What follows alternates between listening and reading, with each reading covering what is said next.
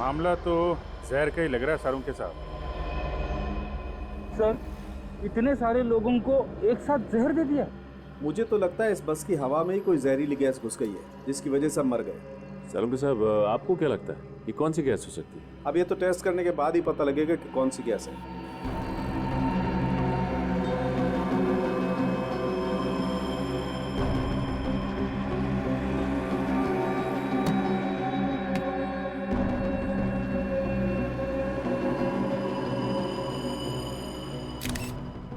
सारों के साहब, हाँ अभिजीत, जरा ये देखिए, ये ग्रीन कलर का ये सब्सटेंस है, यही तो जहरीला केमिकल नहीं? हो सकता है अभिजीत। ऑफिसर्स, दोनों लड़कियों में से एक लड़की को होश आ चुका है। फ्रेडी, सचिन, तुम लोग पूरी बस को अच्छी तरीके से चेक करो। देखो वो जहरीला केमिकल कहाँ से आया, चेक करो। श्रेया, सर।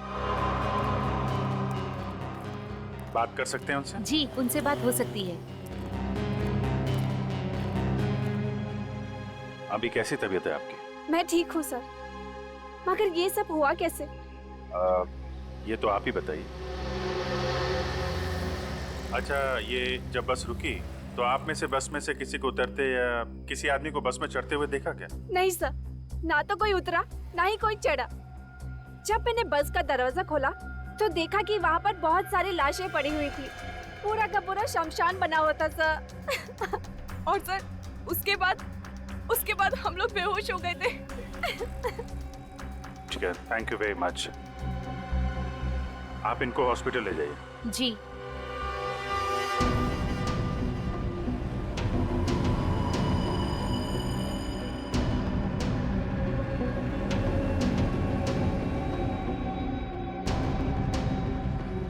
जी डॉक्टर साहब, कुछ पता चला क्या? हाँ अभिजीत, ये देखो, जहर ने चमड़ी पर अपना असर दिखाना शुरू कर दिया है। सबकी चमड़ी पर हरे हरे दाग आना शुरू हो गए। देखो,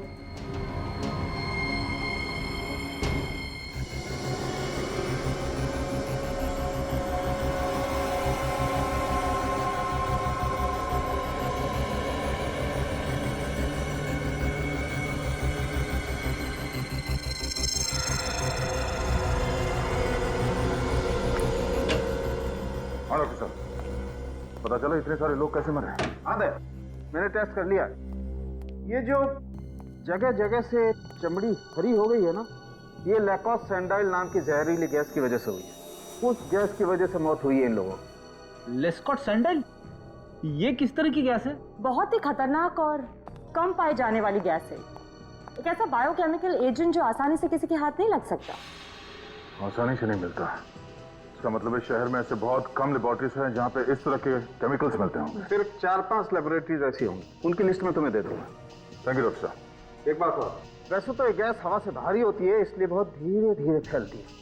लेकिन अगर इसे किसी तेज हवा के जरिए फैलाया जाए, जैसे कि पंखा या एसी, तो ये बहुत कम समय में बहुत ज्यादा खतरनाक हो सकती है।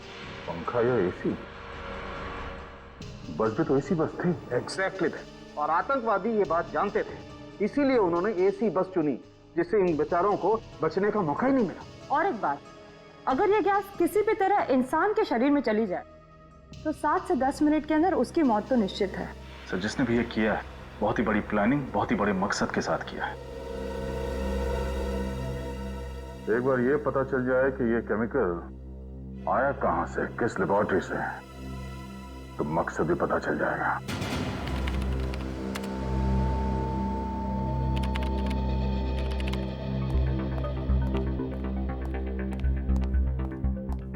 अभिनीत, क्या पता चला? सभी लैब्स को जानकारी भेज दी है। जैसे पता चलेगा वो केमिकल कहाँ से गायब हुआ है, वो लोग हमें इन्फॉर्म कर देंगे। सर, मैंने तकरीबन सारे पैसेंजर्स की डिटेल्स चेक कर ली है। किसी का भी आपस में कोई संबंध नहीं है। सभी लोग अलग अलग जगह काम कर रहे थे। कोई बैंकर था, कोई डॉक्टर था, कोई अकाउंटेंट था। अगर एक चीज उन सब में कॉमन थी तो सिर्फ ये कि वो उसी बस में ट्रैवल कर रहे थे। मुझे तो लगता है इसके पीछे किसी आतंकवादी संगठन का हाथ है जो लोगों में दहशत फैलाना चाहते हैं। आतंकवादी संगठन? सर, बॉम्ब ब्लास्ट के बाद ये कौन सा नया तरीका अपना लिया इन लोगों ने? अभी तो सिर्फ बस में हुआ है, कल को शहर में कहीं भी हो सकता है, किसी भी भीड़ भाड़ वाले इलाके में। सर, डॉक्टर सालुंके कह रहे थे कि वो केमिकल हवा से फैलता है।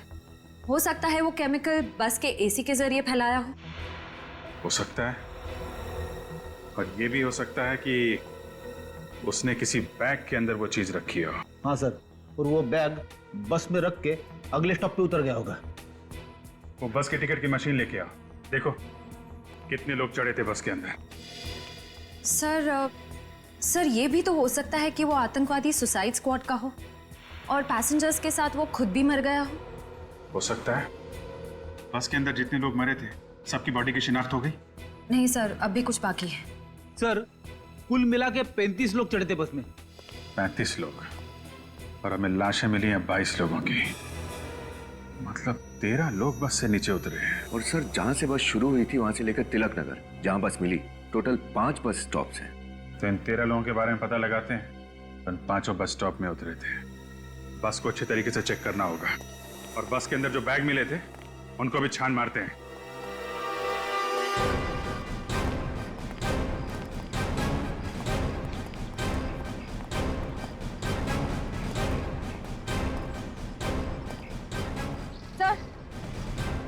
सर ये जतिन है, गाड़ियों के पुर्जे पुर्जे की अच्छी जानकारी है इसे। जतिन, बस का एसी अच्छी तरीके से चेक करो, देखो कोई छिड़कानी तो नहीं की गई। Okay sir.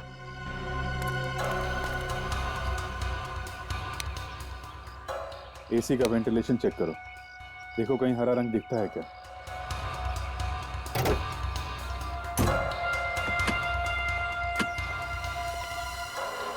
सारा सामान ध्यान से चेक करना है। 22 लोगों की मौत हुई है, कुछ भी हो सकता है।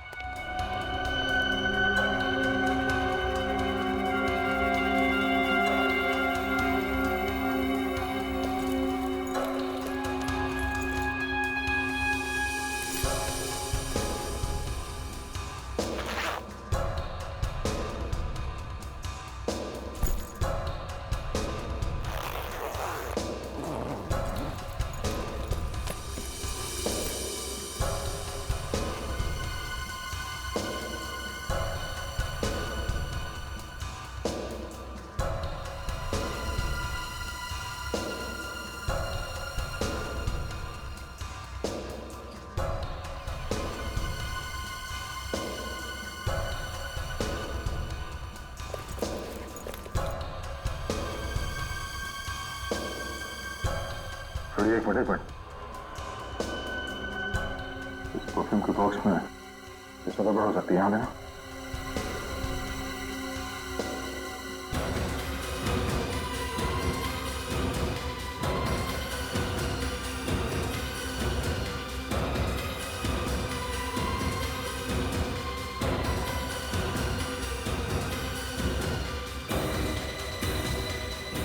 नहीं, ये बोर्ड तो एकदम भरी हुई है, इसमें केमिकल नहीं हो सकता।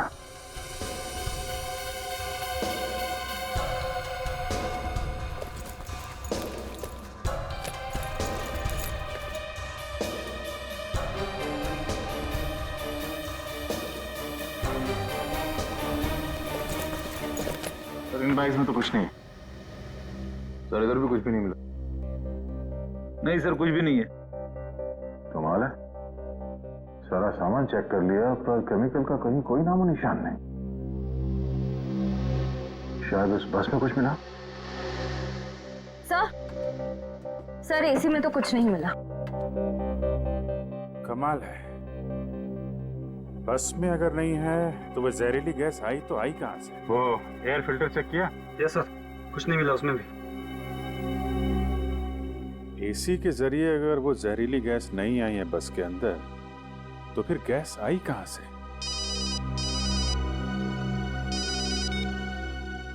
हाँ दया, हाँ कुछ मिला उस बस में? बस में कुछ नहीं मिला। एसी में चेक किया, मगर वो केमिकल कहीं ना कहीं से तो फैला ही है ना। हाँ ठीक है, अगर कुछ पता चलता तो फोन करो मुझे। ऐसा कैसे हो सकता है सर? केमिकल ना तो बस में है और ना ही सामान में, तो फिर ये केमिकल आया कहां से? तो ये केमिकल आया कहीं आसपास से ही है। अगर ये केमिकल गैस फॉर्म में है तो हो सकता है किसी ने छोटी सी बॉटल में डाल के लाया। तो बैग फिर से चेक करना।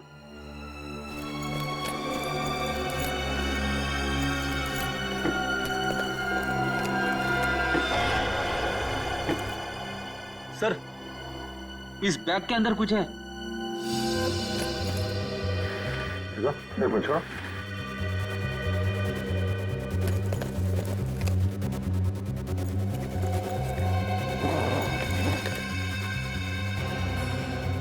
ये देखो।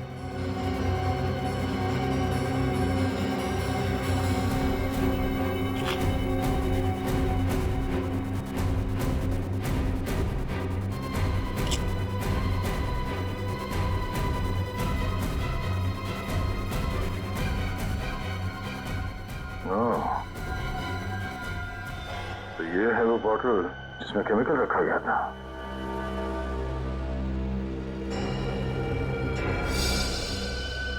तो इस बैग के अंदर भी वो हरा लगा हुआ है सर।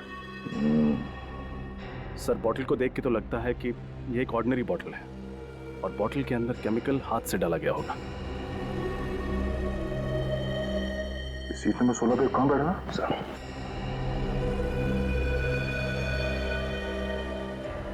सर सीट नंबर 16 पे वो राजेश है सर। राजेश? तो राजेश आतंकवादी है? नहीं नहीं, ऐसा नहीं हो सकता। मेरा बेटा आतंकवादी नहीं हो सकता। देखिए, हम ये नहीं कह रहे हैं कि आपका बेटा आतंकवादी है।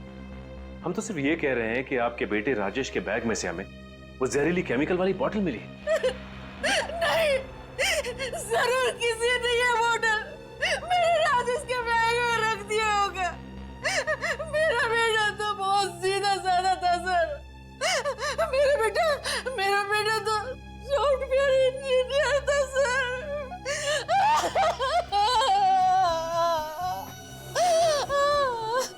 सर विश्वास कीजिए, वो ऐसा नहीं हो सकता।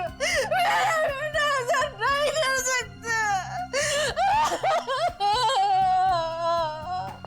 सर, अंदर कुछ नहीं मिला।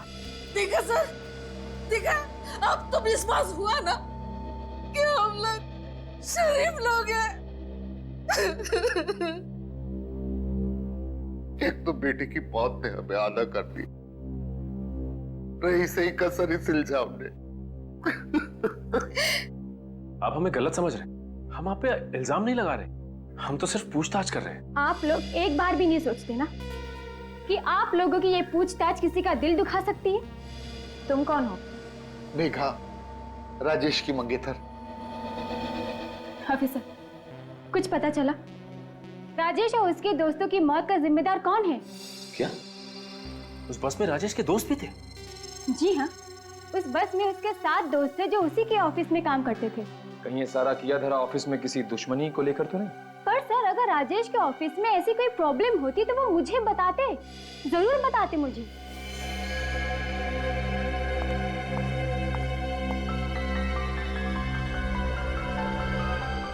ये अस्थमा का पंप किसका है? राजेश का। क्या राजेश को अस्थमा था? हाँ सर, बहुत सीरियस अस्थमा था। अच्छा, ये अस्थमा के मरीज तो इस तरह का पंप हमेशा अपने पास रखते हैं ना? जी। लेकिन सर, हमें राजेश के बैग में या उसकी जेब में कोई अस्थमा का पंप नहीं मिला था। ये कैसे हो सकता है सर? मेरा बेटा राजेश बिना अस्थमा पंप के घर से बाहर ही नहीं जाते थे। ये तो एक्स्ट्रा है, इमरजेंसी के लिए घर में रखा है। कहीं ऐसा तो नहीं कि वो बैग राजेश का था ही नहीं, बल्कि बदल दिया गया था?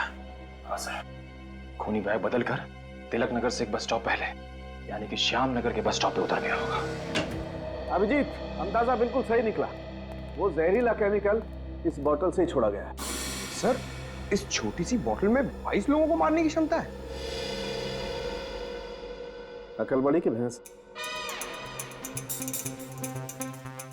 अबे, कौन सी सोच में डूब गया? भैंस बड़ी होती है ना। देख, अकल तो छोटे से सिर में भी रह सकती है, मगर भैंस को रखने के लिए इतने बड़े तबेले की जरूरत पड़ती है। सर, सही बात है। छुट्टी हो गई? पहले एक था, अब 2 हो गए। सर, ये काम कैसे करता है? देखो, ये बटन एक तार के जरिए इस बैटरी से जुड़ा हुआ है। जैसे ये बटन दबाया, ये तार गर्म होने लगा। इतना गर्म हो गया कि बाद में ये डिस्कनेक्ट हो गया, टूट गया। और जब ये जलने लगा तो धीरे धीरे इसके अंदर की गैस बाहर निकली और उसने तबाही मचा दी। ये बटन दबने और गैस निकलने के बीच कितना टाइम लगता है डॉक्टर साहब? 60 से 90 सेकेंड। मतलब राजेश के पास 90 सेकंड थे बटन दबा के भागने के लिए। सर फिर तो ये राजेश तिलक नगर से एक स्टैंड पहले ही उतर सकता था, फिर भी ये बस में क्यों बैठा रहा? ये राजेश सॉफ्टवेयर इंजीनियर था ना? हाँ सर, किसी MRP कंपनी में काम करता था और महेश नगर में रहता है। सर, मैंने शहर की सारी लैब्स में पता कर लिया, कहीं से भी किसी भी केमिकल की चोरी नहीं हुई। कहीं से भी नहीं चुराया गया तो फिर वो खतरनाक केमिकल राजेश के बैग में आया कहां से?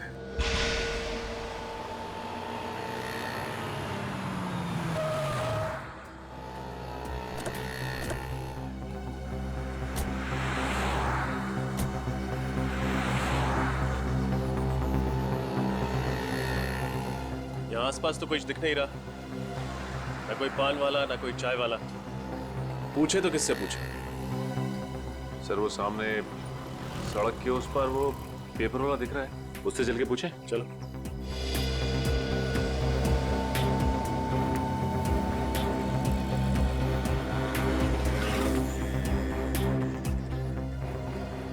सुनो जरा, तुमने कल सुबह 8:30 से 8:45 के बीच किसी आदमी को इस बैग के साथ देखा था वहां बस से उतरते हुए?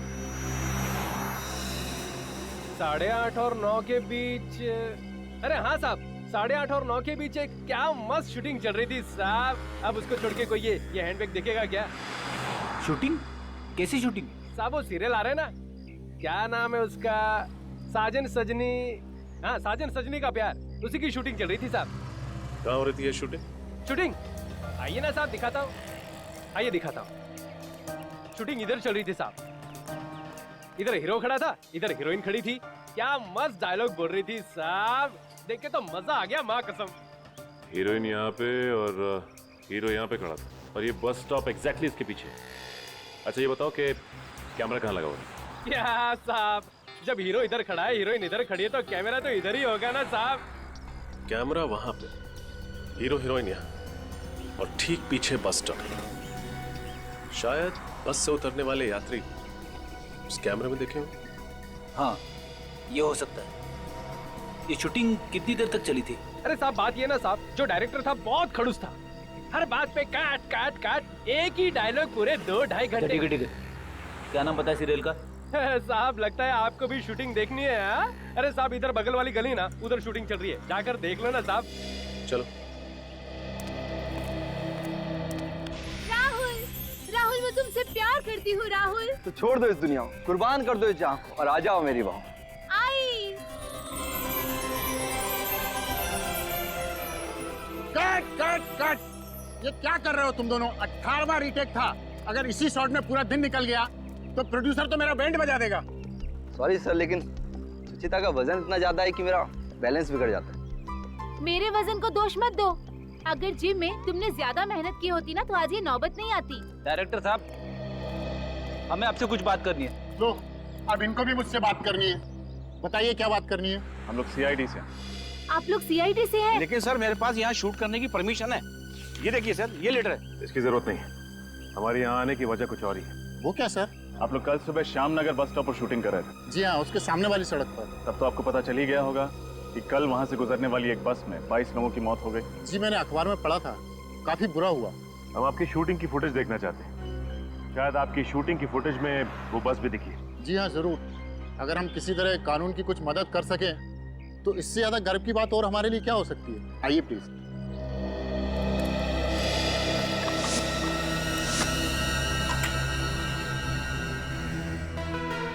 हमारे पास दो ही रास्ते, क्या? या तो हम घर से भाग चलते हैं या फिर आत्महत्या। आत्महत्या? क्या कर सकते हैं? तुम पागल हो गए हो?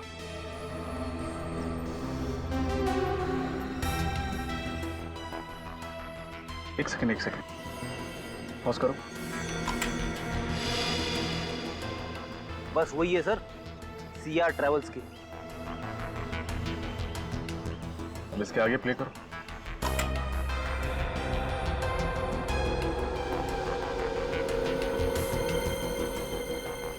पॉज करो। अरे इसके हाथ में भी बिल्कुल वैसा ही बैग है जैसा राजेश का था।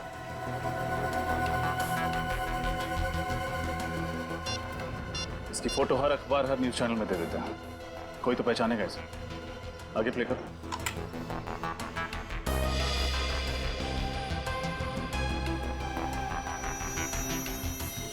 ये आदमी सड़क से गली के अंदर गया हमें। चलो गली में चलकर देखते हैं। इसी गली में घुसा था ना वो आदमी? हाँ, गली तो यही है। अरे लेकिन ये गली तो वहां जाके खत्म हो जाती है, डेड एंड है वहां पे। हो सकता है वो इन्हीं में से किसी बिल्डिंग में रहता हो या यहाँ आया हो। एक काम करो, तुम लोग बिल्डिंग्स पे जाके पूछताछ करो, तब तक मैं रास्ते के आदमी से पूछता हूँ।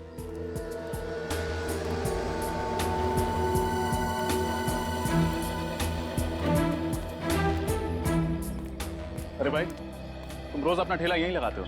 हाँ साहब, हम सवेरे 7 से रात के 9 बजे तक यही ठेला लगाते हैं। तब तो तुमने कल सुबह जरूर एक आदमी को इस गली में घुसते हुए देखा हो। उसके हाथ में एक बैग था। आप CID। कल सवेरे साहब? हाँ, 8:30 से 8:45 के बीच में। नहीं साहब, हमने नहीं देखा। सर, बिल्डिंग के सारे वॉचमैन से पूछताछ की सर। उनका कहना है कि उन्होंने किसी बैग वाले आदमी को नहीं देखा है और ना ही ऐसा कोई आदमी बिल्डिंग में रहता है। कमाल है, आगे रास्ता बंद, किसी बिल्डिंग में गया भी नहीं, तो फिर वो इस गली में घुसा क्यों? सर कहीं ऐसा तो नहीं कि वो आदमी यहाँ पे सिर्फ बैग छुपाने के लिए आया था? बैग छुपाने? हाँ सर, जैसे ही वो बस से उतरा उसने सोचा होगा कि बैग को कहीं छुपा देता हूँ ताकि किसी को शक ना हो उसके ऊपर।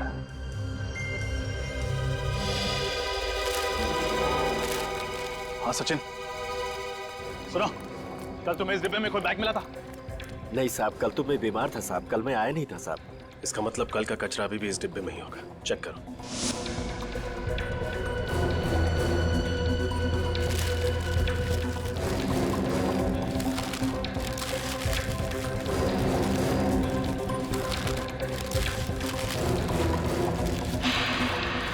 मिल गया सर। ये रहा बैग। संभल के, अंदर कुछ भी हो सकता है।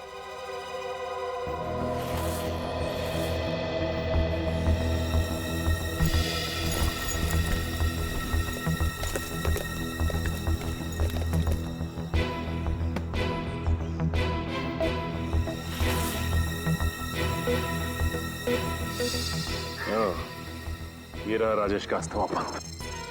ये बैग राजेश का ही है। सर, डॉक्टर तारिका को राजेश के बैग के ऊपर से एक खास आदमी की उंगलियों के निशान मिले। अच्छा, कौन है वो? सर, मुन्ना नाम का पुराना मुजरिम है। 2 साल पहले गन्स की स्मगलिंग में पकड़ा गया था। मुन्ना? पंकज, अपना डाटा चेक करो, निकालो इस मुन्ना का इतिहास। मुन्ना? सर, मुन्ना ने काफी प्लानिंग की होगी इस सब के लिए। राजेश पे नजर रखी होगी और ठीक राजेश के जैसा ही बैग बाजार से खरीदा होगा ताकि उसे बदला जा सके। सर, ये देखिए। सर, स्मगलिंग के अलावा मुन्ना सुपारी लेके खून भी करता है, मगर इसका कोई एड्रेस नहीं है। सर, एक हरिया नाम का आदमी भी काम किया करता था इस मुन्ना के साथ। मैं जानता हूँ इसे, बाद में वो खबरी बन गया। वेरी गुड, फोन लगाओ इस हरिया को, पता ठिकाना मिलेगा इस मुन्ना का। यस सर, ये मुन्ना तो सुपारी किलर है, फिर ये आतंकवादियों के साथ कैसे मिल गया? पैसे को लालच दिया होगा, बन गया सुपारी किलर से आतंकवादी। सर, इस मुन्ना का पता चल गया सर। कहाँ है? पीपटवाड़ी में कहीं अपना अड्डा बना के रखा है इसने। पीपटवाड़ी? इस मुन्ना बेटा को लोरी सुनाने का टाइम आ गया है। मुन्ना एक आतंकवादी है, संभाल के, कुछ भी हो सकता है।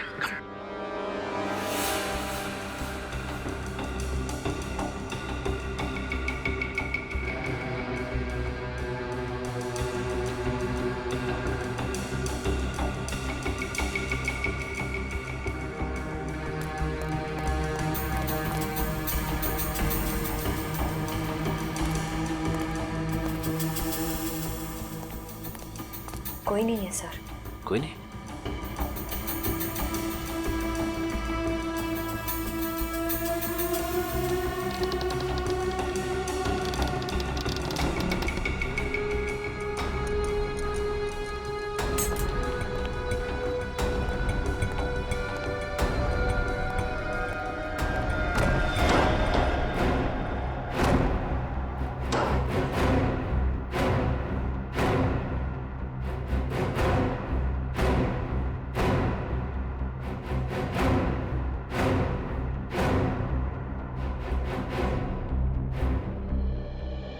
सर ये मुन्ना तो 9-11 हो गया। या अपराधी अक्सर अपराध करके अपना ठिकाना बदल लेते हैं। एक काम करो, अच्छी तरह से तलाशी लो, कुछ ना कुछ जरूर छोड़ के गया होगा ये मुन्ना। सर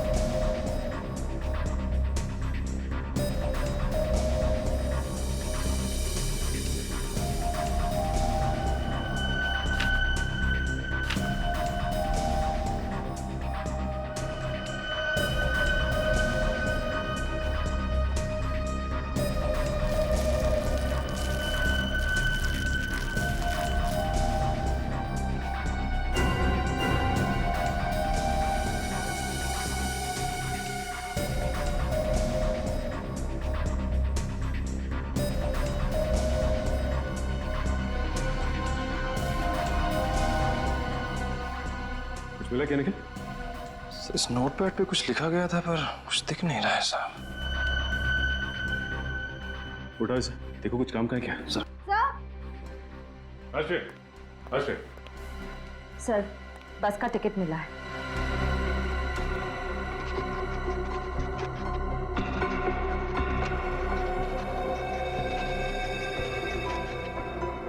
एक बात तो पक्की हो गई कि वो बैग उस बस में मुन्ना नहीं रखा था, उसी बस की टिकट और टाइम और डेट भी मैच कर रहे हैं।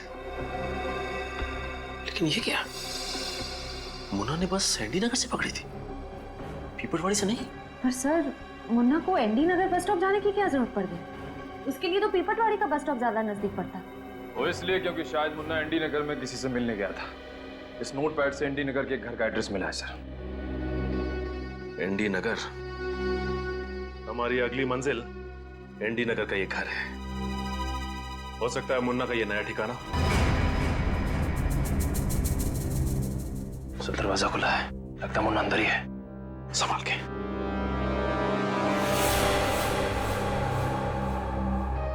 सर शराब की बू आ रही है।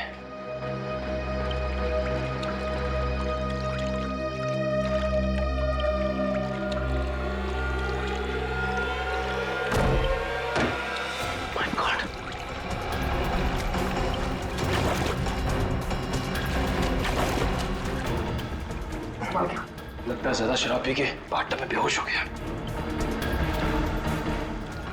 ये बेहोश नहीं है, बल्कि इसकी मौत हो चुकी है। ये तो मुन्ना नहीं है, आखिर ये है कौन? सर इसका नाम सनी है, उसके पास में ये ड्राइविंग लाइसेंस है। सनी? मुन्ना जैसे आदमी के पास सनी का एड्रेस कैसे है? एक काम करते हैं, पूरे घर को छान मारते हैं, देखते हैं क्या मिलता है।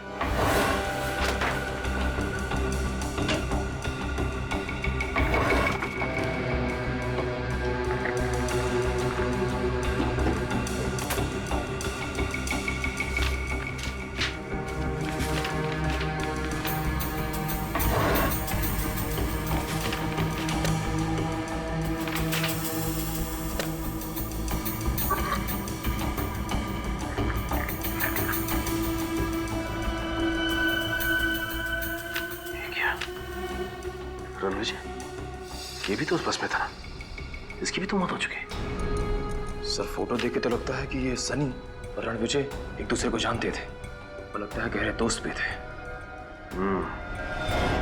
ये कितने गहरे दोस्त थे इसके बारे में तो रणविजय के परिवार वाले बताएंगे। सनी और रणविजय बचपन के दोस्त थे। बचपन के दोस्त? हाँ, पांचों ने स्कूल और कॉलेज सब एक ही साथ किया था। पांचों ने? माँ जी आप किन पांचों की बात कर रही हैं? सन्नी और रणविजय के 3 दोस्त और भी थे उस बस में, अमित, उदय और राजेश। राजेश भी इन सबका दोस्त था? इसका मतलब ये कोई आतंकवादी हमला नहीं है, बल्कि कोई तो ऐसा जरूर है जिसने इन सबको ऊपर पहुंचा दिया। किसने मारा है उन बच्चों को? उन बच्चों की तो किसी से कोई दुश्मनी भी नहीं थी। किसी ना किसी से तो दुश्मनी जरूर थी माता जी, वरना खूनी ऐसे ही उनके पीछे नहीं पड़ता। इन पांचों के अतीत के बारे में पता करना होगा हमें। सर, सालुंखे सर की रिपोर्ट आ गई। सर, इस रिपोर्ट में साफ साफ लिखा है कि सनी के बाथटब में डूबने की वजह शराब नहीं, ड्रग्स है, जो उन्हें सनी के खून में मिली थी। ड्रग्स? मतलब सनी शराब नहीं पीता था? नहीं। फिर क्या सनी ड्रग्स लेता था? नहीं विनीत, रिपोर्ट में साफ साफ लिखा है सनी को ड्रग्स वाला इंजेक्शन उसे गर्दन के पीछे दिया गया। कोई भी आदमी ड्रग्स लेगा अपने हाथ में इंजेक्शन लगाएगा, बाजू में लगाएगा, गर्दन के पीछे। हुआ कुछ ऐसा होगा कि मुन्ना ने सनी का दरवाजा खटखटाया, सनी ने दरवाजा खोला और अंदर जाने के लिए पीछे मुड़ा तो मुन्ना ने वो ड्रग्स वाला इंजेक्शन उसके गर्दन के पीछे घोंप दिया। सनी बेहोश होकर गिर गया। मुन्ना ने उसे उठाया और बाथटब में डुबो के मार दिया। आसपास शराब छिड़क दी ताकि लोगों को लगे कि ये एक एक्सीडेंटल डेथ है। जिस तरह उस खून को एक्सीडेंट की शक्ल दी गई, ठीक उसी तरह इस बस वाले हमले को आतंकवादी घटना बना दिया उन्होंने। हम सोचते रहे कि इसके पीछे आतंकवादी संगठन का हाथ है, जबकि ये खून है, खून। सनी की मौत हुई 6 से 7 बजे के बीच, मतलब 6 से 7 बजे के बीच सनी का खून करने के बाद मुन्ना एनडी नगर के बस स्टॉप पे पहुंचा और वहां उसने 7:45 बजे की बस पकड़ ली। फिर मौका देख के रास्ते में वो केमिकल वाला बैग राजेश के बैग के साथ बदल दिया। काम हो गया उसका। चौंका देने वाली बात पता चली है। क्या बात? सर, 5 साल पहले इस सनी पे खून का इल्जाम लगा था, मगर ऐन वक्त पे गवाहों ने कोर्ट में आने से मना कर दिया और सनी छूट गया। अच्छा, उन गवाहों में कहीं रणविजय और उसके 3 दोस्त तो नहीं थे? हाँ सर, वही लोग थे। ठीक कहा आपने। खून किसका हुआ था? किसी मोनिका नाम की लड़की का। मोनिका? मतलब खूनी मोनिका का कोई दोस्त या रिश्तेदार है जो उसकी मौत का बदला ले रहा है। अब सीआईडी के आने का क्या फायदा? मेरे मोनिका को तो इंसाफ दिला नहीं पाए आप लोग। इसलिए अब आपके पति खून करके बदला ले रहे हैं। ये क्या कह रहे हैं आप? बिल्कुल ठीक कह रहे हैं। जरा बुलाइए उन्हें। कहाँ से बुलाऊं? मर चुके हैं वो। क्या? उनकी भी मौत हो चुकी? जी हाँ। एक बूढ़े बाप के कंधों में इतनी ताकत नहीं होती कि जवान बेटी के अर्थी के साथ कानून की नाइंसाफी का बोझ भी सह सके। जब कानून ने मेरी मोनिका के खूनी को आजाद छोड़ दिया तो वो ये बर्दाश्त नहीं कर पाए, आत्महत्या कर ली उन्होंने। बहुत बुरा हुआ आपके साथ, प्लीज संभालिए अपने आप को। देखिए माँ जी, आपके परिवार के साथ जो कुछ भी हुआ उस बात का बेहद अफसोस है हमें। पहले आपकी बेटी मोनिका और उसके बाद आपके पति। बात दरअसल ये है कि कोई तो है जो मोनिका के खूनी और उसके दोस्तों की जान ले रहा है। क्या? मोनिका का कातिल मारा गया? ये किसने किया? हम भी यही पता लगाने की कोशिश कर रहे हैं। जरूर कोई मोनिका के पास वाला ही होगा।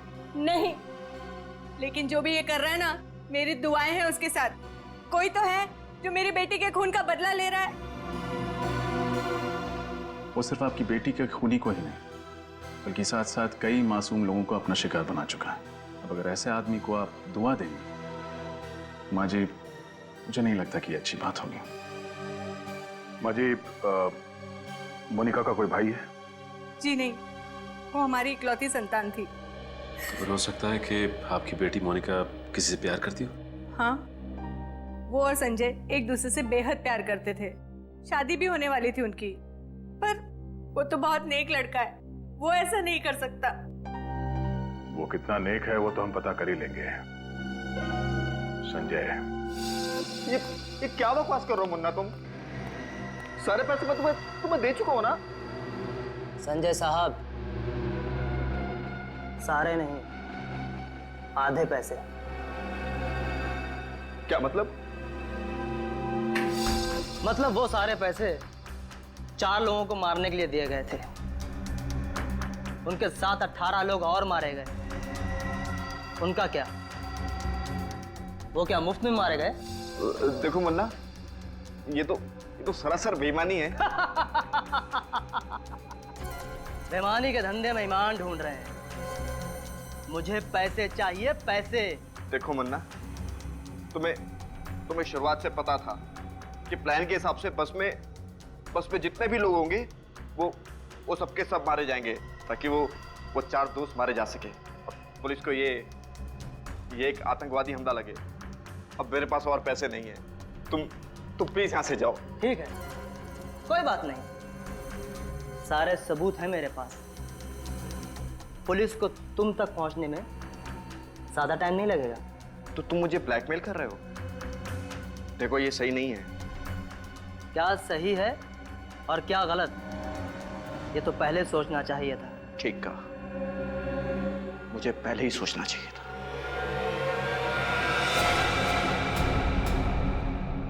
ये क्या करे संजय? मुझे मत मारना। ना मुन्ना ना। अदुपर, मुझे मत। जो आदमी 22 लोगों को मरवा सकता है, वो क्या तुझे नहीं मार सकता? संजय, मुझे मत मारना।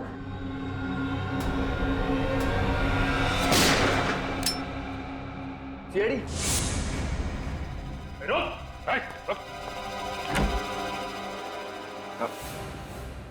मैंने कुछ नहीं किया सर, ये सब इस गुंडे मुन्ना ने किया है। बताइए, बस में बैठे लोगों को मार दिया इसने? हमें पता है तुमने ही किया ये सब। मोनिका के खून का बदला लेना चाहते थे ना तुम? नहीं सर। नहीं?